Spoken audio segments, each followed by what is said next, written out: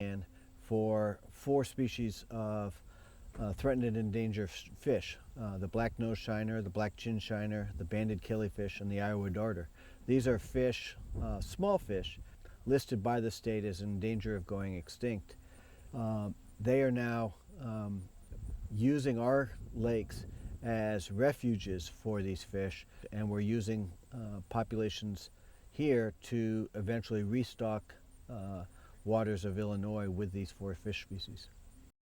When asked how conventional developers view prairie crossing, Mr. Ranney responded, I'd say most of them wish we'd go away, and the reason being that we're building to a standard that's very high, lots of open space, 60% of the project is open space.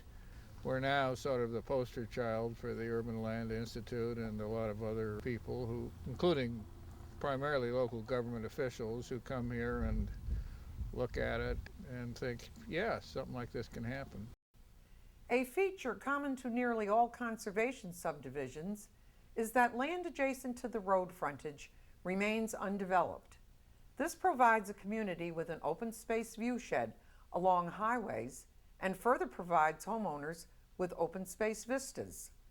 Bob Dowler, a realtor developer from Madison, Connecticut, discusses Strathmore Farm, one of a number of conservation subdivisions he has developed with this feature. The object of Strathmore Farms was to try to preserve a bit of New England that had been being lost to developers. And we saw these open fields, these grazing fields. This was a farm owned by the Lewis family, who has farmed this area since 1814. We wanted to do something just a little bit different. What we decided to do was to take some of the absolute prime development land, which is this meadow that we're standing next to, take the homes and push them back in between, or sandwich them in between the Hammonasset River and approximately 100 acres of tidal wetlands and the rolling hills here along the road frontage. As a standard subdivision, we could have put 29 homes in here and had the usual driveways and garages and such coming right off the rural street. The idea of a conservation development was new to the town of Madison, a very traditional 300-year-old New England community, and it took a lot of meetings with neighbors and with the town authorities to develop our concept. One of the few times that the Planning and Zoning Commission, as an entire board, walked the properties with us and started to get an idea of what it was that we wanted to preserve, and yet we needed to have an economic balance between the construction of the homes and the preservation of open space. Much to their credit, after approximately a year and a half of discussions and meetings and public hearings, we were able to develop 23 homes on the 30 acres that were, approximately 30 acres that were here. That does not include the 100 acres of tidal wetlands. And as a result, we're very pleased, and the town is very pleased, and the neighbors are very pleased with what's here. A key attribute of many conservation subdivisions relates to road width. Bill Harmon discusses road width standards as these apply to Jarvis Farm, a conservation subdivision in Westford, Massachusetts. Another issue here, it's a relatively minor one, but still important, is the width of the road. This road is 18 feet, and there was quite a discussion, in fact, really an argument about this. And now that it's been installed this way and we've been living with it for about 10 years, we think it's successful. It works at this width. What was the standard before that time is a 22-foot road for all subdivisions, pretty much no matter how small they are. And it was pointed out by Randall Arendt that unfortunately we have adopted standards that require new roads to be fairly wide and really wider than necessary, which creates problems for, in the sense of gathering too much rain in a rainstorm, which then has to be treated in detention basins, and also is just bad for the environment to put down asphalt and more than we need. So we had quite a discussion on this, and of course the other side of it was the police department and the fire department and the highway department. They really insisted that the 18-foot road would be not wide enough. After a very long discussion, we ended up getting approval for this, and now that it's built here, we're very pleased with it. It just seems about right. Ed Noonan, an architect and co-partner with Tryon Farm in Michigan City, Indiana, suggests that protected land provides a common bond between Tryon Farm residents. It seemed to us when we saw the land that we would bring people here who would love the land, and that the land would be, you've heard some of the people talking here, the land is really the bond of community, because there isn't any common intellectual or emotional or religious bond. They're all out here for the love of the land. That to me meant that we should conserve as much land for shared use or for common view as we could. So we put each of the houses so it had a connection to the rest of the houses like a little community, but always a way to look from your house out at a view of the land which you knew was going to be there forever. Now, there's a prairie on this side and there's a farm on this side, and both the prairie and the farm will be assigned to a not-for-profit for stewardship sometime in the near future. When you do a subdivision or whatever you're doing, you ought to be polite to the place that you're coming into, and the more you save the place, the more valuable over time is your experience of living there. J. David Coldren, a resident of Tryon Farm and an officer with the Tryon Farm Institute, a not-for-profit corporation, discusses the land management role of the Institute.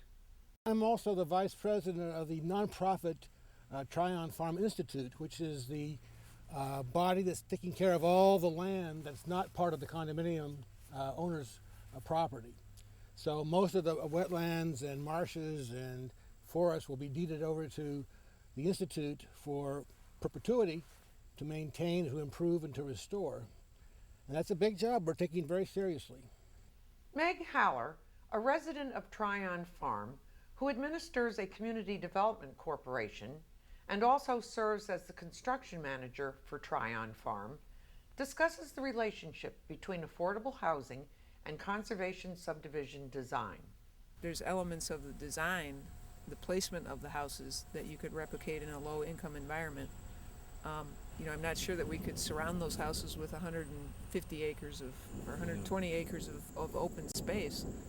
There's different components of what you have here. Certainly the green way that we've built the houses themselves, the green materials that we use in the construction itself is something that could be replicated in an affordable community. And then different elements of the design and the use of open space, parts of it are applicable. So it won't be a mirror image, but there are certain basic components that I've learned a lot about that we're trying to replicate in the low-income communities. Harold Teasdale, co-partner in the development of Jackson Meadows, discusses the motivating factors which inspired Jackson Meadows. We were driven by a couple things. One was the conservation of the land, how to do that. In other words, how to do a development in a rural area and not destroy the rural nature of the place. And number two, how to facilitate community. So when we went to do the development, after we got through a lot of the aspects of the land planning, we had to decide what kind of homes to build. We went down into the city of Marine on St. Croix, which is has a historical district, and it's quite a historical town. I think it might be the oldest town in Minnesota. And we lifted or took the architectural elements that we thought made it distinct, and so what you see here in the homes in Jackson Meadow is really a reflection of what we saw when we looked at the historical part of Marine. We really oriented all the homes and architecture here to create a community. We separated the garages because architecturally it's a good idea to have the garage pulled away so you don't block a whole wall of the house with a blank wall. But beyond that, we really set it up so that there would be this natural tendency for people to bump into each other and talk and exchange, and that happens. We were part of a larger community, the town of Marine. Not a larger community, 600 people, but a town nevertheless. So we, by making the trails public, an easement we kind of did this invitation. Our thought always was it would probably be the thing that bound the neighborhood to the city, and that has proven to be true. David Jensen, a co-partner in Westwood Common, a neo-traditional development in Beverly Hills, Michigan, discusses how Seaside, Florida, a community designed around new urbanist principles, influenced the design of Westwood Common. This journey started in 1993 for me. I was developing large lot developments, large estate homes, and my wife and I visited Seaside, Florida. And it was one of those things which had this sort of transforming, inspiring aspect to it. And I said to myself, I would like to understand what's going on here.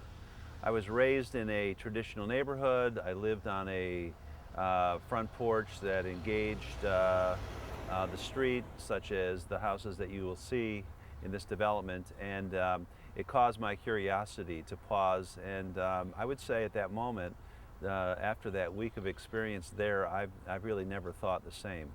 I picked up the phone, found out who had developed and designed Seaside, Florida, and made an appointment, went to Miami, Florida to visit Andres Duani, and spent 2 days with him. I said to myself, either I'll be in his office for 20 minutes and he'll say, it's nice to know you, or we'll immediately have an impact on each other, and it certainly was the latter.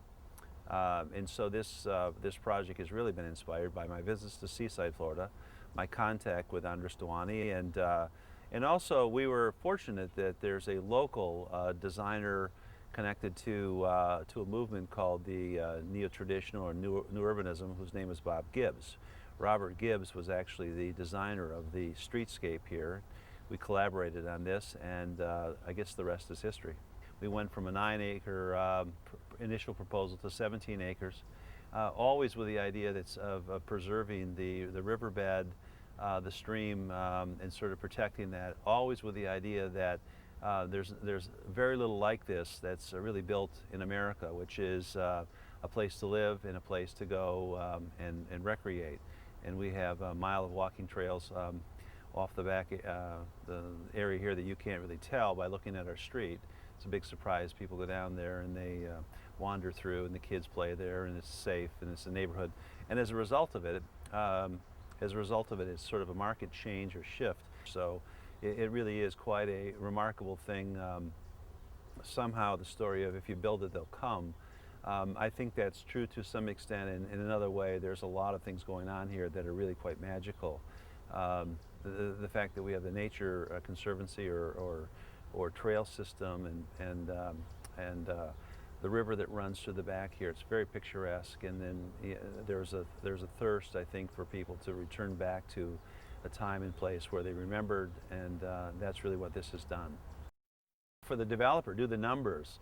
In a typical subdivision, we did a parallel plan to this sort of thing. We had almost 2,000 feet of road that we would be required to do. That is sewer, that's water, and roads, and we ended up doing 20 houses on 570 feet. The numbers are really supportive of that sort of opportunity, and I think that the numbers sort of tell the story. What's really fascinating about a development like this is it's not only admired, but it's admired widely. So we were contacted about 3 or 4 months ago by a developer who had who was really a significant developer, a person that's built tens of thousands of apartments and is also building in Chicago. He was visiting the mayor of the city of Detroit and the head of the planning department there. And they said to him specifically, have you seen this development called Westwood Common? It's in Beverly Hills. And he was asked to go take a look at it, and they said that it's their #1 model, and they would like to emulate it, and they would like to have this kind of thing done in the city of Detroit in small pods around the city to redevelop the city. So in terms of there's never an end to these sort of interesting surprises and wonderful complementary reactions to what we've done. Okay. In terms of sensibility, when you think about taking 2 old houses that have a limited value and converting this to 20 new houses, this is really a good example, a great example of how one could do infill. And essentially we've used the same sewer system, the same water system, and hooked this development into that sort of thing. So it's a pretty wise use of this piece of land. Note that the common green at Westwood Common is uninterrupted by streets and is directly adjacent to nearly half the homes. This is a very special design feature. Andres Stewani, co-founder of the Congress for the New Urbanism and co-author of Suburban Nation, The Rise of Sprawl and the Decline of the American Dream, discusses the human habitat in relation to the habitat of other species. You get this interesting proposition, which is that the work of man, the habitat of man, can be the equal of the habitat of other species. And I think that that's the beginning of the dialogue that I think urbanists can have with environmentalists, in which actually humanity has a place in nature. The human habitat, in fact, has an appropriate place in nature that is the equal of other habitats if done this way, if done properly. So you see I think the complex understanding that the better the human community is, the less Americans will be compelled to go out and sprawl is truly the sophisticated environmental stance.